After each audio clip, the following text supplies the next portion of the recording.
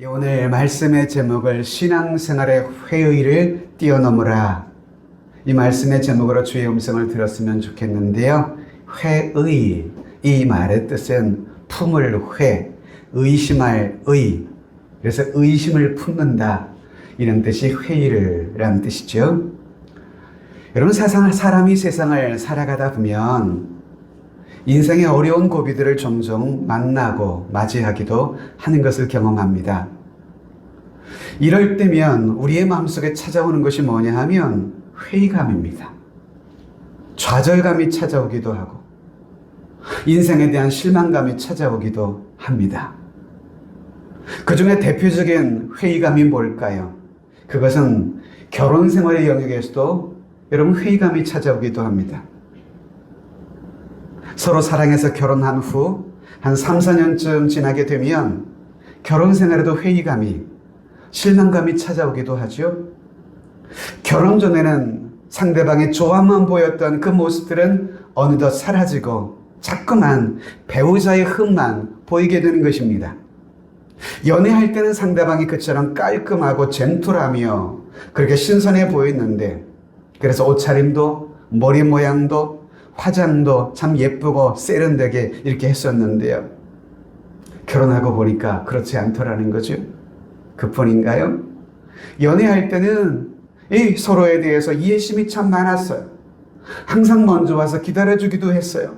그런데 결혼 3년차, 4년차를 지나다 보니까 매일 그 옷이고 외모에 신경을 안 쓰는 상대의 모습들을 보면 실망감들이 점점 쌓이고, 또 그렇게 실망감들이 모이다 보면 마침내 부부 생활에 찾아오는 위기가 권태기라는 것이 찾아옵니다. 이 부부 생활의 권태기를 잘 극복하지 못하면 위험할 수도 있기도 하지요. 결혼 생활뿐일까요? 직장 생활에도 회의감은 찾아오기도 합니다. 한 젊은이가 열심히 공부해서 대학을 졸업하고 나름 큰 포부를 가지고 새로운 직장에 취업을 했습니다. 입사했습니다. 그런데 그렇게 막상 직장의 현장에 가보니까 평소 자신이 꿈꾸고 생각했던 직장 생활의 모습과는 너무도 차이가 나는 것이죠. 꿈과 현실 사이의 괴리 속에 고민하기 시작합니다. 또 그런 현실이 쉽게 수용이 되지 않습니다. 그래서 사표를 내려고 고민하는 젊은이들도 때로 있습니다. 이것은 여러분, 또 좋은 물건을 구입할 때도 마찬가지 아닐까요? 멋지고 디자인이 좋아 보여서 구입을 했는데요. 그것도 몇 개월, 몇 년 쓰다 보면 얼마 후 곧 실증이 나기 마련이죠. 집도 마찬가지 아닌가요? 새로운 집을 장만하면 여러분 얼마나 좋아요. 설레이고 기분이 좋잖아요. 근데 그 집도 몇 년 살다 보면 불편함이 느껴지기도 하고 실증이 나기도 하지요. 그래서 주로 주부들이 가구를 배치를 새롭게 하기도 하고 또 리모델링도 해보기도 하고 그러지만 여러분, 세상에 영원한 것이 어디 있겠습니까? 금세 또 실증이 나게 되는 것이죠. 이것은 여러분, 신앙생활도 마찬가지인 것 같습니다. 처음 신앙생활을 시작하고 하나님의 은혜를 처음 여러분 체험할 때에는 얼마나 여러분 우리의 영혼에 소망이 넘치고 기쁨이 가득했었나요? 이때의 신앙생활, 교회 생활은요, 그저 행복과 기쁨으로만 가득했습니다. 그래서 교회를 향하는 발걸음은 가볍게만 했고 또 예배가 기다려지고 말씀이 기다려지곤 했습니다. 그런데 어느 날 그런 신앙생활에도 권태기가 찾아옵니다. 신앙생활에 실증이 나기도 합니다. 그래서 생각하기를 그만둘까? 심지어는 교회를 한번 옮겨볼까? 이런 생각을 하기도 하죠. 소위 신앙생활에 회의감이 찾아오는 것입니다. 이럴 땐 별의별 생각이 다 납니다. 과연 하나님이 정말 살아계시는가? 예수 그리스도는 실제 인물일까? 내가 헛믿는 것은 아닌가? 이런 신앙생활의 회의감들이 여러분들이나 저나 누구나 예외 없이 믿는 사람들에게 누구에게나 찾아올 수 있는 여러분 회의감이 있지요. 여러분, 본문에 보면 엘리야라고 하는 선지자의 이야기가 등장합니다. 여러분, 이 엘리야 선지자는 어떤 선지자입니까? 당시 하나님의 영으로 충만했던 선지자입니다. 심지어 하늘로부터 땅에 불을 내렸던, 하늘에서 불을 내렸던 선지자가 이 엘리야라고 하는 선지자예요.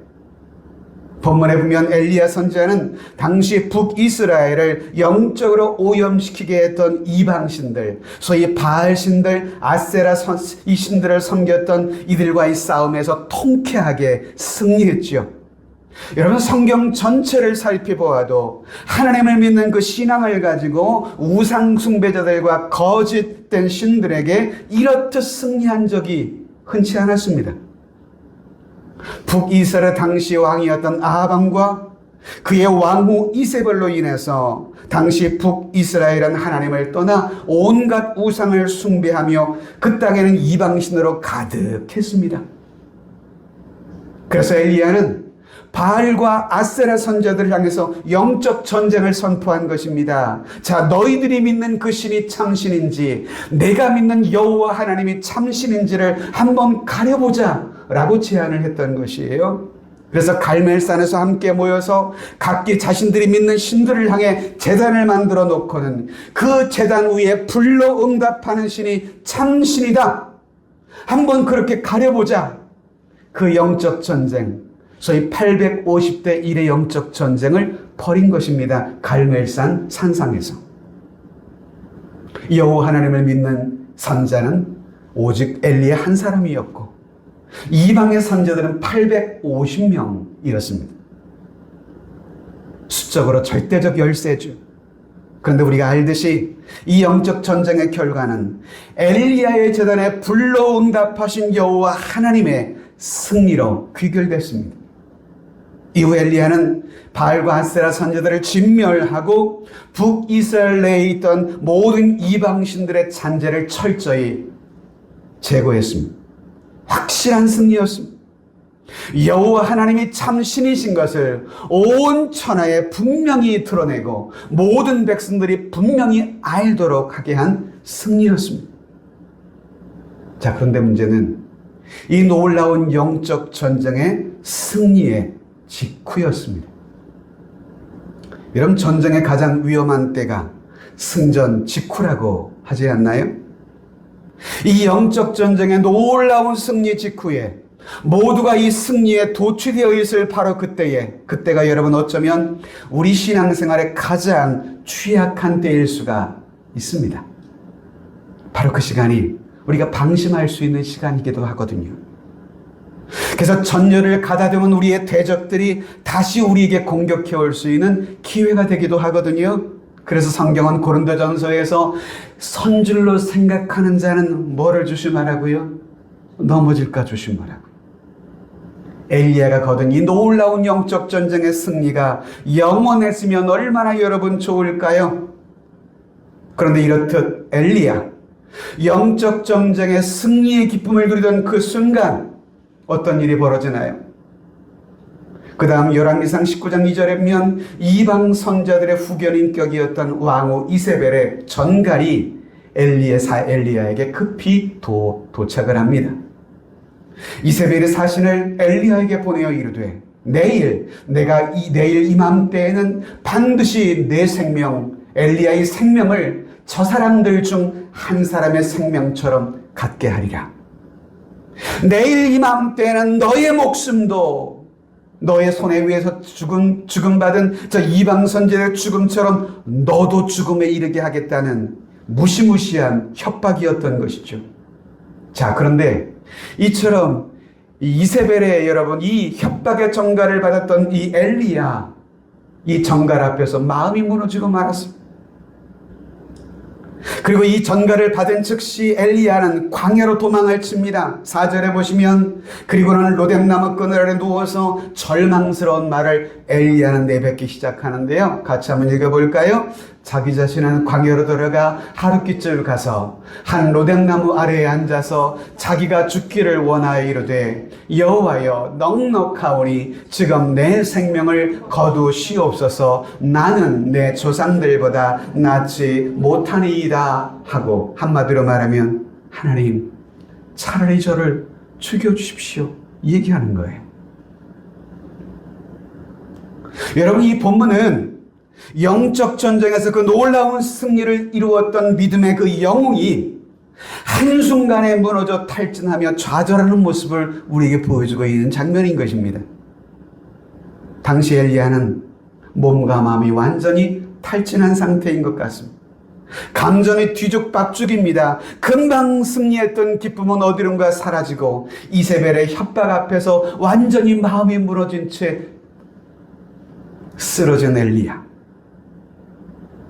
승리할 때는 분명히 하나님을 확실히 믿었었습니다. 그런데 위협과 시련 앞에서 갑자기 그 믿음은 어디론가 사라지고 신앙의 회의가 엘리야에게도 찾아왔던 것이죠.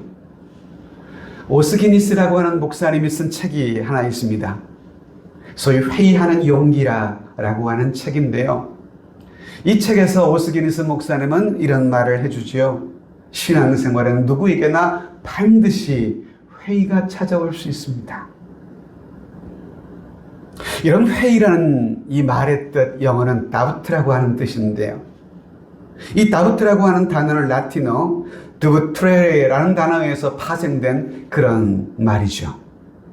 이 드부트레라고 하는 이 단어는 한 마음이 두 마음으로 나누어지는 상태를 말하는 단어인데요. 이런 불신이라는 것이 뭡니까? 회의라는 것이 무엇입니까? 한 마음이 두 마음으로 나누어지는 상태가 불신의 마음이시죠. 한 마음이라는 것은 오직 하나님만 믿는 신앙입니다. 근데 두 마음이 나누어지면 이러지도 저러지도 못하는 염려와 근심으로 우리의 마음이 가득한 상태가 바로 여러분 이 회의 상태인 것이죠. 자, 여러분, 도대체 엘리야에게 찾아왔던 이 신앙의 회의감, 또 여러분 저와 여러분들에게도 언제든 찾아올 수 있는 이 신앙의 회의감, 왜일까요? 이런 회의감들이 찾아오는 몇 가지 원인들을 여러분 오늘 무더위 속에 있지만 살펴보면서 우리의 삶 속에 찾아올 수 있는 신앙의 회의감들을 넉넉히 뛰어넘을 수 있는 그런 믿음의 가족들이 모두가 되었으면 좋겠습니다. 자, 첫 번째는요, 언제 그 회의감이 찾아올까요?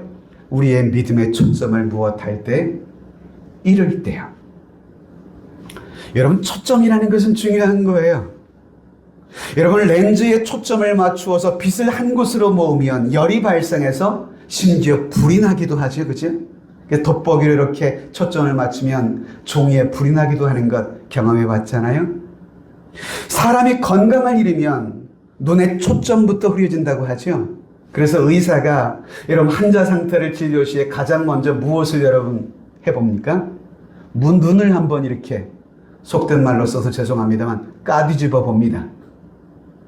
눈의 상태가 어떤지, 동공이 풀려 있는지, 눈의 초점이 분명한지. 우리 인생의 삶의 초점을 잃으면 사람은 방탕한 삶을 살게 됩니다. 생각의 초점을 잃으면 횡설수설하게 됩니다. 여러분, 치매가 왜 무서운 줄 아세요? 뇌의 생각의 초점이 상실되었기 때문이에요. 까먹고 잃어버리고. 여러분, 이처럼 나의 신앙생활에도 믿음 생활에도요, 우리 신앙생활의 초점을 잃어버리게 되면 하나님에 대한 신뢰부터 기초부터 흔들리기 시작하게 돼요.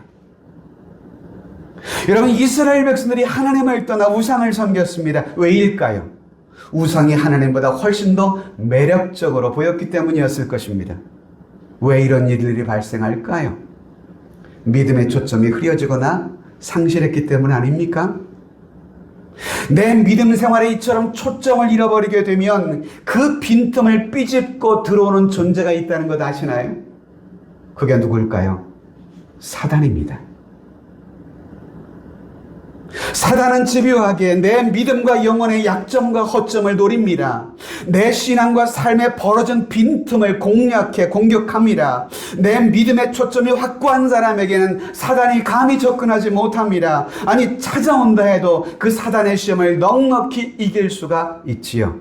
그런데 여러분, 축대가 무너지고 뚝이 붕괴되고 집이 무너지는 이유가 뭐예요? 그 이유가 뭡니까? 그 기둥과 벽에 균열이 났기 때문 아닌가요? 균열이 났기 때문에 그 틈이 보였기 때문에 결국 무너지게 되는 것이잖아요. 여러분, 이단도 누구에게 주로 접근하는 줄 아시나요? 신앙의 초점을 잃은 성도들에게 주로 이단은 접근합니다. 왜? 그럴 때 쉽게 유혹을 받거든요. 신앙생활도 이처럼 틈이 발생하면 사단이 찾아오고요. 내 영혼과 신앙생활에 회의감이 찾아올 수 있다는 것 기억하셨으면 좋겠어요. 이럴 때면 여러분 마음에도 없던 온갖 잡념들이 생각나고 삶의 유혹들이 찾아오는 것입니다. 전 여러분 신앙생활에 회의감이 든 분들을 어떻게 좀 분별하는가 하면 목회자를 대하는 그분들의 자세와 태도를 보면 뭔가 달라졌다는 것을 가끔 느끼기도 해요. 전에 섬기던 교회에서 어떤 한 청년이 있어요. 청년부 세장도 하고 열심히 했어요. 교회 중직자의 자녀이기도 했습니다. 어릴 때부터 교회에서 신앙생활을 하고 참 예쁘게 자랐어요. 제가 사역하던 몇 년간 신실하게 신앙의 본을 보였는데 어느 날 갑자기 저를 대하는 눈빛이 달라져요. 예배할 때의 찬양의 모습, 예배 드리는 모습, 말씀을 듣는 태도와 자세가 무언가 바뀌었음을 제가 느끼게 돼요.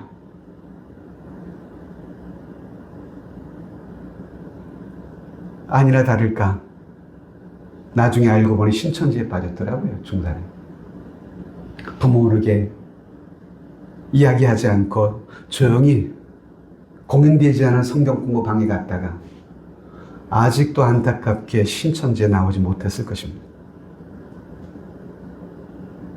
참 무서운 이단인데요. 이런 류의 신앙생활의 시험과 회의감들은요, 믿음 생활의 중심에서 이탈하거나 믿음의 초점이 흐려질 때 찾아오는 거예요. 그러므로 성도 여러분, 믿음의 초점을 분명히 하실 수 있길 바랍니다. 할렐루야. 두 번째는요, 언제 회의감이 찾아올까요? 우리의 기초가 빈약할 때입니다. 인생을 살아갈 때 기초는 참 중요하죠. 집을 지는데 가장 먼저 하는 일이 집의 기초를 먼저 다지는 일이잖아요. 그죠? 가장 먼저 하는 공사가 기초공사잖아요.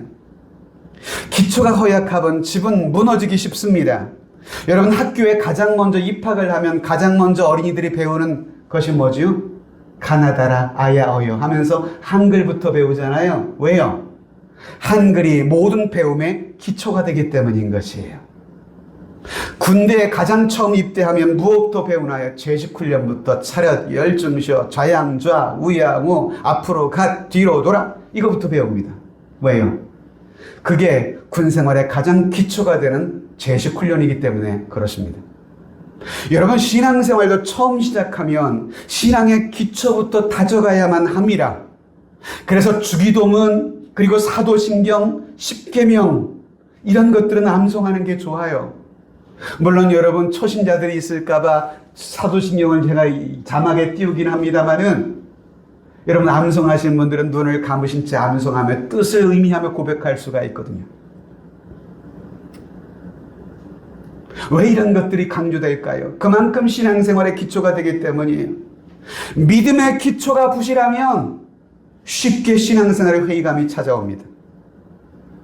내 믿음의 기초가 부실하게 되면 내가 왜 믿어야 하지?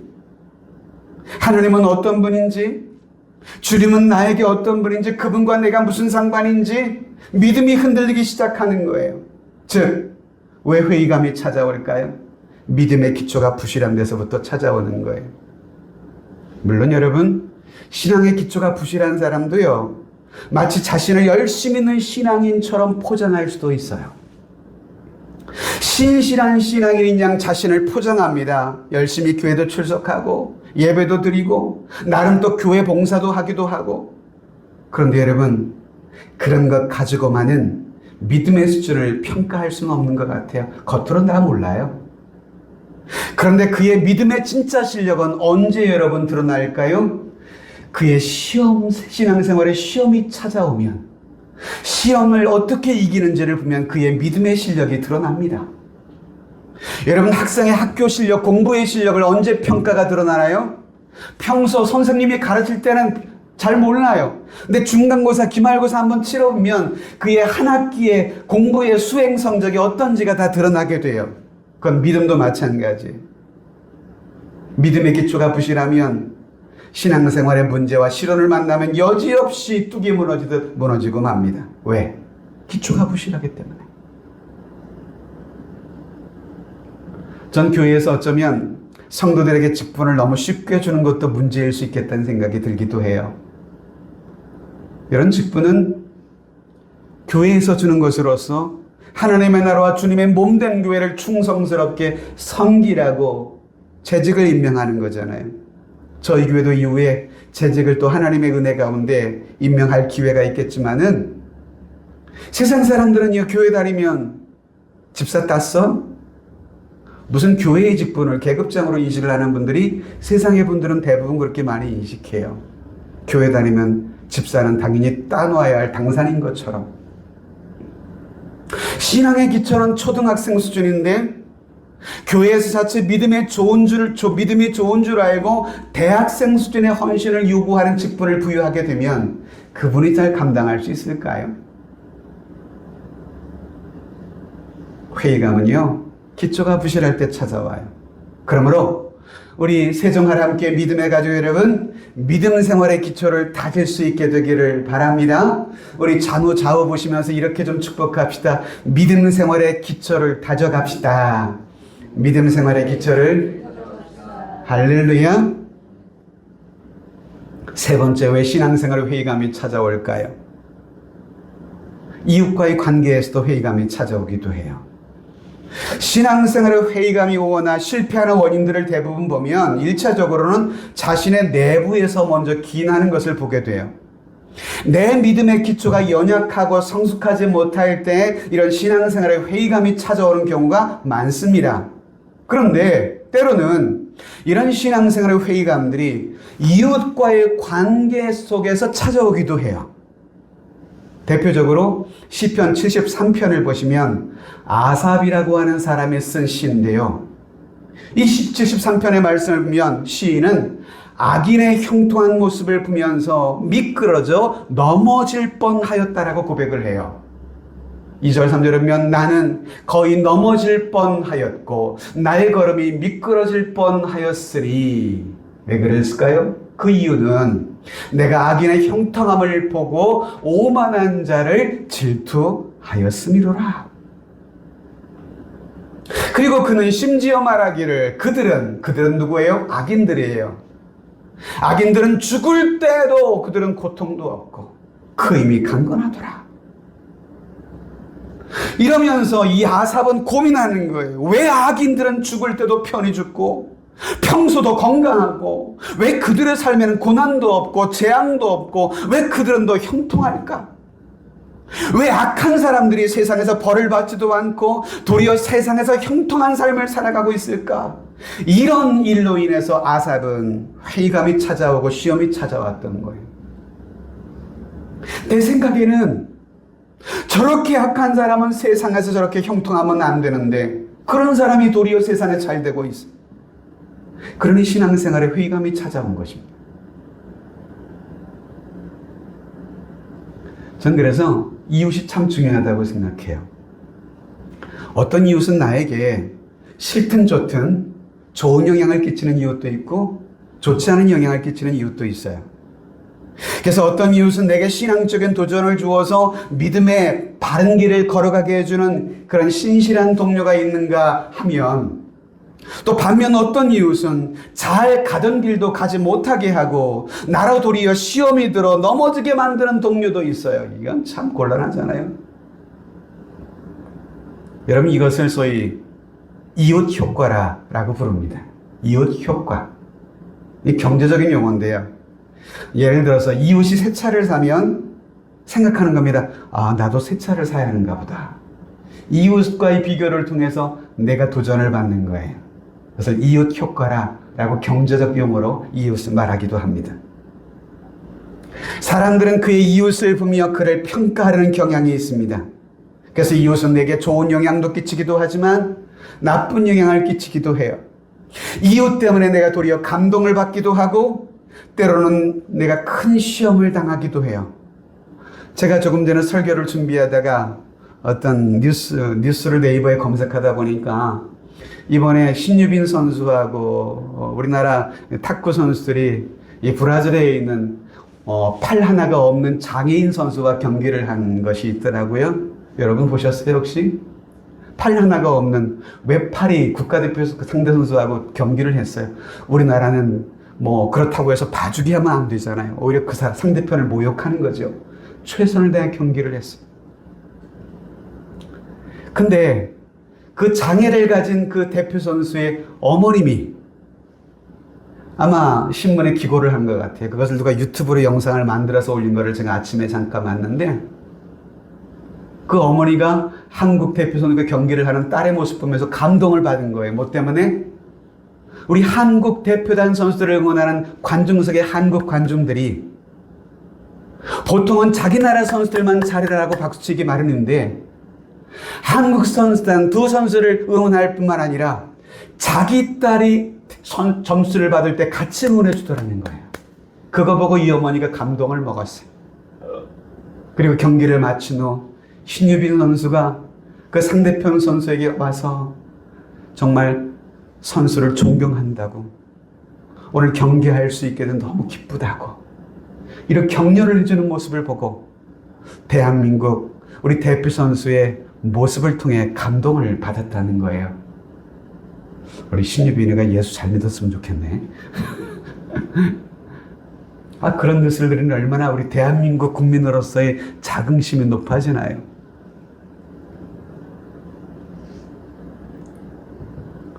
이웃 때문에 감동을 받기도 하고 이웃 때문에 시험을 받기도 해요. 여러분, 엘리야의 신앙생활의 회의 원인이 바로 그것이었어요.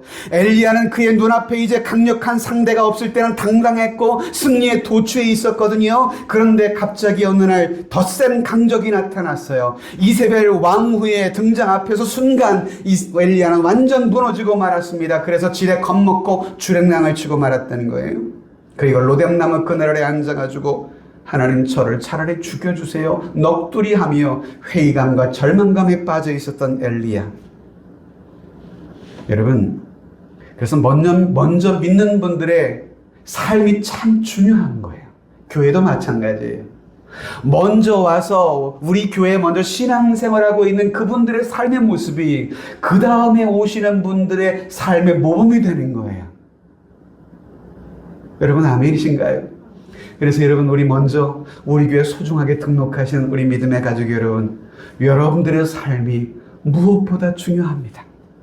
그래서 이후에 우리 교회 등록하시는 모든 분들이 여러분들의 삶을 보며 도전을 받게 될 것이기 때문이죠. 여러분들 늘상 지각하면 이후에 오시는 분도 지각할 거예요. 이웃과의 관계에서 회의감이 찾아오기도 해요. 마지막으로 하나는요, 감정의 기복이 원인이 돼서 회의감이 찾아오기도 해요. 우리의 믿음 생활에는요, 두 가지 자질이 중요하거든요. 그 첫 번째 자질은 이성적 자질이 있습니다. 신앙의 길에는 이렇게 이론적이며 이성적인 신앙생활의 영성, 논리적 영성이 필요하거든요. 그냥 무조건 믿습니다만이 좋은 믿음이 아니라 무엇을 왜 믿는지에 대한 분명한 논리적 신앙이 필요해요. 그래야 여러분, 불신자들과 논리적으로 여러분 설득해서 그들을 예수 믿도록 인도할 거 아니에요? 마치 여러분, 저는 이성적 자질이라는 것은 집을 지을 때 뼈대와 같다고 생각해요. 여러분, 건축의 뼈대가 얼마나 중요해요? 이 신앙생활에 이 논리적 자질, 이성적 자질은 정말 지적인 것은 중요한 거예요. 그래서 여러분, 말씀을 잘 듣고 배워야 돼요. 그리고 두 번째 자질은 감정적 자질입니다. 여러분, 감정은 신앙생활의 영적 자질의 중요한 자질입니다. 집을 짓는데 뼈대만 있는 것이 아니잖아요. 벽도 있어야 되고 지붕도 있어야 되고 안에 내장재도 필요하고요. 이런 것들이 바로 감정의 영역 같은 것이라 생각을 해요. 그래서 이성적인 논리적 기초와 감정적 영적 기초가 함께 있을 때 그것을 전인적인 신앙이라, 균형 잡힌 영성이라 이렇게 표현을 하기도 하죠. 여러분, 이 엘리야 선지자, 이 사람은 이성적 신앙보다 어떤 면에서는 감정적 영성이 더 많이 발달한 선지자가 아니었을까라고 저는 한번 추론해 보기도 해요. 그는 혈기가 있기도 했습니다. 다혈질이었어요. 감정이 좀 풍성했던 사람이란 얘기죠. 그러다 보니 감정의 기복도 심했던 사람이, 승리할 땐 감정적 승리감으로 도취했습니다. 그런데 여러분, 이런 사람일수록 무너지면 한순간에 더 크게 무너질 수가 있어요. 신앙의 회의감도 그래서 비례해서 더 크게 찾아옵니다. 엘리야가 바알 선지들과의 영적 전쟁에서 얼마나 통쾌한 승리를 얻었나요? 그 승리함에 도취했습니다. 그런데 이세벨 왕후의 정갈이 소식이 도착하자 그는 순간 그 소식 앞에 절망의 감정에 휘말립니다. 그 길로 멀리 주랭랑을 치고 말았습니다. 어제의 승리는 어디론가 사라져버리고 이제는 자신을 죽여달라며 넋두리하는 인생의 낙오자로 전락해버렸습니다. 감성이 풍성한 사람은 평소 열정도 있습니다. 그런 열정은 누구도 따라오지 못할 수 있습니다. 그래서 이런 사람은 눈물도 많죠. 저도 나이가 들어가서 그런지 드라마 보면서 눈물을 많이 흘려요. 드라마 자주 보지도 않지만 옆에서 가만히 제 사모를 보면 사모는 눈물도 아니는데 저만 흘리고 있어요. 제 사모가 맨날 저한테 하는 말이 당신은 너무 감정이 풍부하게 탈이라고. 예술적인 자질과 기질이 제게 있어서 그게 딸한테 갔어요. 그게. 감정이라는 것 소중한 것입니다. 예술적으로 승화시킬 수가 있어요. 근데 여러분, 이 감정이라는 영역이라는 것이요, 늘 한결같지만은 않다는 게 문제예요. 기복이 있다는 거죠. 특히 사람의 마음은 더 그렇습니다. 너무 사랑해서 헤어지면 못 살 것 같던 사람, 그런데 한동안 좀 지나면 언제 그랬냐는 듯 무덤덤하게 우리는 살아가잖아요. 안타깝게 사고로 배우자를 먼저 떠나보냈습니다. 남편 없이는 살지 못할 것 같은데요. 그래서 고통에 절규하지만 그렇게 몇 개월, 몇 년이 지나가다 보면 그렇게 또 잊고 살아가기도 해요. 그래서 저는 생각하기를요, 같이 좀 해주실까요? 잊는 것도 은혜입니다. 여러분, 잊어버리지 못하는 거, 이거 얼마나 여러분 큰 아픔인 줄 아시나요? 잊는 것도 은혜예요. 대신 하나님의 은혜는 잊지 맙시다. 은혜를 잊는 것도 은혜예요. 과거의 아픔과 상처는 잊는 게 좋아요. 그거 계속해서 남이 나에게 섭섭하게 했던 거, 상처 주었던 거 계속 되새김질하면요, 그게 계속 내 신앙생활의 성장에 방해를 가져오거든요. 마지막으로 저는 한 사람의 이야기를 좀 하면서 말씀을 맺어볼까 해요. 제가 소개하고 싶은 한 사람, 에녹이라는 믿음의 사람입니다. 에녹이라는 사람은 성경에 그렇게 많이 기록되어 있지 않습니다. 그의 기사가 창세기 5장에 불과 4계절밖에 기록이 없는 인생입니다. 그의 기록이 별로 없다는 말은 그의 삶에 그렇게 특별한 그런 삶이 없었던 평범한 일생을 살았다라는 이야기도 되겠지요. 그런데 그 짧은 성경의 기록이지만 창세기 5장 23절에 보면 성경은 그 에녹의 삶에 대해서 이렇게 기록해주고 있습니다. 그는 365세를 살았더라. 에녹이 하나님과 동행하더니 하나님이 그를 데려가심으로 세상에 있지 아니하였더라. 그는 무려 300여 년을 한결같이 하나님과 동행하며 살았던 믿음의 사람이었다라고 창세기 5장은 그의 삶을 기록해 놓고 있습니다. 평생을 하나님과 동행하며 살았던 믿음의 사람. 그 삶이 참 대단하지 않은가요? 무슨 대단한 업적을 남겨야만 대단한 것인가요?